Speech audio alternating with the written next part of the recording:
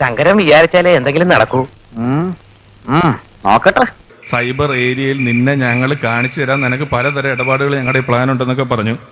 അപ്പം ഞാൻ പറഞ്ഞു അത് നീ വേണേ ചെയ്തോ, കാരണം പണ്ട് കമ്പ്യൂട്ടറിനെതിരെ സമരം നടത്തിയത് വിജയിക്കാതെ പോയത് കൊണ്ട് ഇപ്പൊ സൈബർ എന്ന് പറയുന്ന ഒരു സ്ഥലമെങ്കിലും ഉണ്ട്. ഞാനൊന്നും പറഞ്ഞിട്ടില്ല. മുതലാളി ഒരു പ്രാവശ്യം പറഞ്ഞിട്ടുണ്ട് ബോട്ടിൽ വെച്ച്. മുതലാളി മറന്നുപോയതാ. നീ പറയും. നിങ്ങൾ കൈയടിച്ചതിൽ എനിക്ക് വലിയ സന്തോഷമുണ്ട്. കാരണം ഈ കയ്യടി വളരെ ജെന്യുവിനായിട്ടുള്ളൊരു കയ്യടിയാണ്.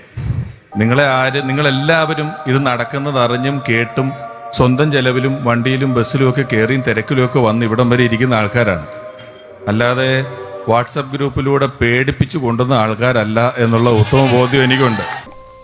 ഇപ്പൊ തന്നെ പൊളിക്കാട്ടാ.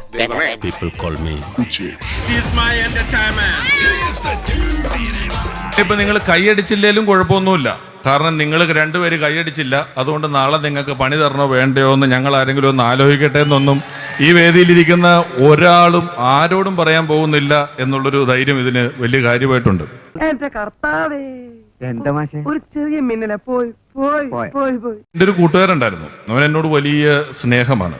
അപ്പോൾ ഒരു ദിവസം ഇവൻ എന്നെ വിളിച്ചിട്ട് ചോദിച്ചു, ഞാൻ ഈ ഇലക്ഷൻ എടുത്ത സമയത്ത് തുടർഭരണം എന്നുള്ള വാക്കുകളൊക്കെ അന്തരീക്ഷത്തിൽ കറങ്ങി നടക്കുന്ന സമയത്ത് തന്നെയാണ് ഞാൻ പ്രചരണത്തിനൊക്കെ ഇറങ്ങിയത്.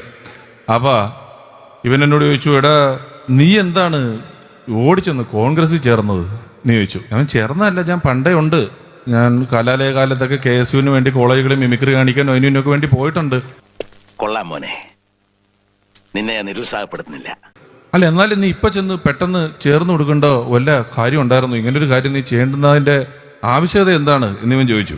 മഹാന്മാരുടെ ആദർശങ്ങൾ പറഞ്ഞിറക്കുന്നവനല്ല, സ്വന്തം ജീവിതത്തിൽ അത് പകർത്തി കാണിക്കുന്നവനാണ് മഹാൻ.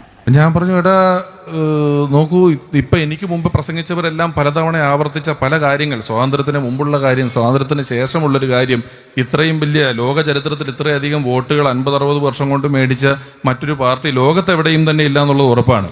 അപ്പൊ അതുപോലെ ഒരു പ്രസ്ഥാനം ഈ രാജ്യത്തിന് ഉള്ളപ്പോൾ ഞാൻ വേറെ ഏത് പ്രസ്ഥാനത്തിനോടൊപ്പമാണ് ഞാൻ നിൽക്കേണ്ടത്? അതെന്റെ ഒരു കടമയല്ലേ? ഞാൻ അവിടെയല്ലേ നിൽക്കേണ്ടതെന്ന് ചോദിച്ചു. ഉടനെ ഞാൻ ചോദിച്ചു, നിങ്ങളുടെ പ്രസ്ഥാനത്തിന് എന്ത് ആശയമാണുള്ളത് എന്ന് ചോദിച്ചു. ചാടി അതൊരു മെയിൻ ചോദ്യമാണ്. ഞാൻ പറഞ്ഞു, ജനാധിപത്യ മൂല്യങ്ങളും ഭരണഘടനയുമാണ് കോൺഗ്രസ് പാർട്ടിയുടെ ആശയം എന്ന് പറയുന്നത്. നമ്മുടെ സമയം തീരെ ശരിയല്ല.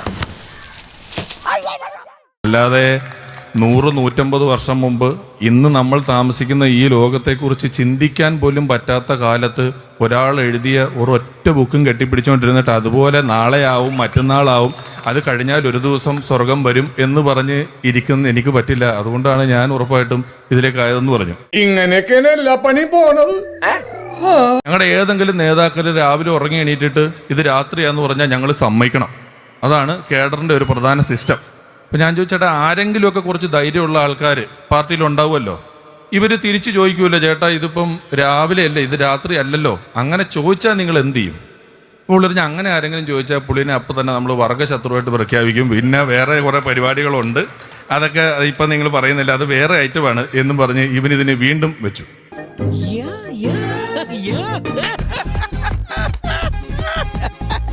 ഏറ്റവും കൂടുതൽ പോരാടിയത് ഞങ്ങളുടെ പാർട്ടിയാണ്. ഞാൻ പിന്നെ ഒന്നും പറയാൻ പോയില്ല, കാരണം ഈ ലോകത്തിന്റെ ഏത് കോണിൽ എന്ത് നല്ല കാര്യം നടന്നാലും അത് നമ്മളുണ്ടാക്കിയതാന്ന് പറയുന്ന ഒരു പരിപാടി പണ്ട് തൊട്ട് ഇവരുടെ കയ്യിലുണ്ട്. അതുകൊണ്ട് ഞാൻ അതിനെതിരെ കാര്യമായിട്ടൊന്നും വെറുതെ തർക്കിക്കാൻ നിന്നില്ല.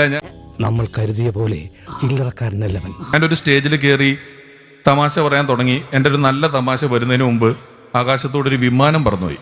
ആൾക്കാരെല്ലാം പൊട്ടി ചിരിക്കാൻ തുടങ്ങി വിമാനം കണ്ടപ്പോൾ. ഞാൻ ഓർത്തു, ഇനി പണ്ട് വിമാനത്താവളത്തിനെതിരെ നടത്തിയ വല്ല സമരത്തെക്കുറിച്ച് ഓർത്തൊക്കെ ആയിരിക്കും ഇവർ ചിരിക്കുന്നത്, അല്ലാതെ എന്താണ് ഇപ്പോൾ വിമാനം കണ്ടാൽ ഇത്ര ചിരിക്കാനുള്ളത്? നോക്കിയപ്പോൾ അത് താണു പറക്കുന്ന വിമാനമാണ്. നോക്കുമ്പോൾ അതിൽ ഇൻഡിഗോ എന്ന് എഴുതി വെച്ചിട്ടുണ്ട്. ഇത് കണ്ട ഉടനെ ആൾക്കാർ പൊട്ടി ചിരിക്കുകയാണ്. എന്നിട്ട് ഞാൻ പറഞ്ഞു, നിങ്ങൾ എൻ്റെ മിമിക്രി കേൾക്കണം. ഞാൻ ആദ്യമായിട്ട് ഒരു ട്രെയിനിന്റെ ശബ്ദം അനുകരിക്കാൻ പോവാണെന്ന് പറഞ്ഞു. ട്രെയിൻ കേട്ട ഉടനെ ഇവർ പിന്നെയും ചിരിക്കാൻ തുടങ്ങി ആൾക്കാർ. ഞാൻ പറഞ്ഞു, നില്ല, ഇത് ഒറിജിനലായിട്ട് എൻ്റെ ട്രെയിനിന്റെ ശബ്ദം അനുകരിക്കാനുണ്ട്. അവർ സമ്മതിച്ചില്ല, അവർ ചിരി നിർത്തുന്നില്ല. അപ്പൊ ഞാൻ അവരോട് പറഞ്ഞു, നിങ്ങൾ ഇപ്പം ചിരിക്കണ്ട, ഞാനൊരു തമാശ പറയും, അപ്പം ചിരിച്ചാ മതി എന്ന് പറഞ്ഞു. അപ്പം എന്ന് കേട്ട ഉടനെ ഇവര് പിന്നെയും ചിരിക്കാൻ തുടങ്ങി. നമുക്ക് എന്തെങ്കിലും ഒന്ന് പറയാൻ പറ്റണ്ടേ? ഒരു സ്ഥലത്ത് പോയി നമുക്ക് എന്തെങ്കിലും പറഞ്ഞാലല്ലേ ചിരിപ്പിക്കാൻ പറ്റുള്ളൂ. എന്ത് പറ്റി രമണ?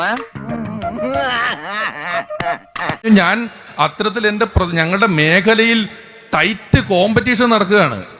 ആരൊക്കെയാണ് തമാശയുടെ രംഗത്തേക്ക് ഇറങ്ങിയേക്കുന്നതിലുള്ള കൈയും കണക്കുമില്ല. അപ്പം തോക്കുന്നതിന് തൊട്ട് മുമ്പായിട്ട് എന്റെ കൂട്ടുകാരൻ പിന്നെയും പറഞ്ഞു, പക്ഷെ നിങ്ങൾ ഭയങ്കര ഗ്രൂപ്പിന്റെ പ്രശ്നമുണ്ട്, ഞങ്ങൾക്ക് അതില്ല. എന്താ കിഴക്കേടത്തുകാരുമായിട്ട് ഒരു പ്രശ്നം? കിഴക്കേടത്തുകാരുടെ വിളിച്ചൊന്നും ഞങ്ങളുടെ അടുത്ത് വേണ്ട.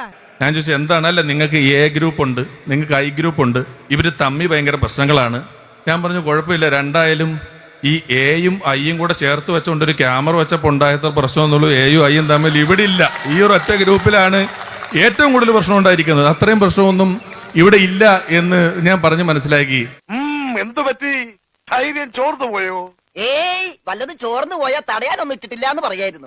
അങ്ങനെയൊന്നുമില്ല. അപ്പൊ അവൻ പറഞ്ഞു, നീ ഇത്രയൊക്കെ പറയുകയാണെങ്കിൽ നിന്നെ നമ്മുടെ നോട്ടപ്പുള്ളിയാക്കി വെച്ചിട്ടുണ്ട്. ഞങ്ങളുടെ സൈബർ ശക്തിയെക്കുറിച്ച് നിനക്കറിയില്ല. അടുത്ത ഒരാഴ്ച നിനക്കെതിരെ വലിയ തരത്തിലുള്ള ട്രോളുകളും എഴുത്തുകളും കാര്യങ്ങളും പരിപാടികളൊക്കെ ഞങ്ങൾ പ്ലാൻ ചെയ്യുന്നുണ്ട്. പലതരത്തിൽപ്പെട്ട പരിപാടികളുണ്ട്. സൈബർ ഏരിയയിൽ നിന്നെ ഞങ്ങൾ കാണിച്ചു തരാൻ നിനക്ക് പലതരം ഇടപാടുകൾ ഞങ്ങളുടെ പ്ലാൻ ഉണ്ടെന്നൊക്കെ പറഞ്ഞു. അപ്പം ഞാൻ പറഞ്ഞു, അത് നീ വേണേ ചെയ്തോ. കാരണം പണ്ട് കമ്പ്യൂട്ടറിനെതിരെ സമരം നടത്തിയത് വിജയിക്കാതെ പോയത് കൊണ്ട് ഇപ്പൊ സൈബർ എന്ന് പറയുന്ന ഒരു സ്ഥലമെങ്കിലും ഉണ്ട്. ഞാനൊന്നും പറഞ്ഞിട്ടില്ല. മുതലാളി ഒരു പ്രാവശ്യം പറഞ്ഞിട്ടുണ്ട് ബോട്ടിൽ വെച്ചേ. മുതലാളി മറന്നുപോയതാ. നീ പറയും. സമരംഗം വിജയിച്ചിരുന്നെങ്കിൽ ഇപ്പൊ സൈബർ സ്പേസും ഇല്ല, സൈബറും ഇല്ല, ഒന്നുമില്ല. അതവിടെ പറഞ്ഞോട്ടെ. പക്ഷെ കാലം കടന്നുപോയി, കമ്പ്യൂട്ടറുകൾ വന്നു, ഇന്റർനെറ്റ് വന്നു, അതെല്ലാം വന്നു. ഇതെല്ലാം വന്ന് കാലം ഇത്രയും മുന്നോട്ട് പോയി ഇപ്പോഴും കമ്പ്യൂട്ടറിനോടുള്ളൊരു ദേഷ്യം തീർന്നിട്ടില്ല. നിയമസഭയിൽ ഇരിക്കുന്ന കമ്പ്യൂട്ടർ വരെ കണ്ട അപ്പത്തിനെടുത്ത് എറിഞ്ഞു കളയും. അങ്ങനത്തെ ഒരു എന്തൊക്കെയോ ചില പ്രശ്നങ്ങളൊക്കെ നിൽക്കുന്ന ഒരു സമയത്തിലാണ് നമ്മൾ കടന്നു പോകുന്നത്. പ്രശ്നങ്ങളെ ഫേസ് ചെയ്യൂ തോമൻ. Take it easy. Everything will be all right. Okay. നിങ്ങൾക്ക് അത്ര സംശയമാണെങ്കിൽ എന്റെ രക്തം, കഫം, മൂത്രം ഒക്കെ പരിശോധിക്കാം. Yes, you can examine it. Anyway well done my boy. I am proud of you. Thank you sir.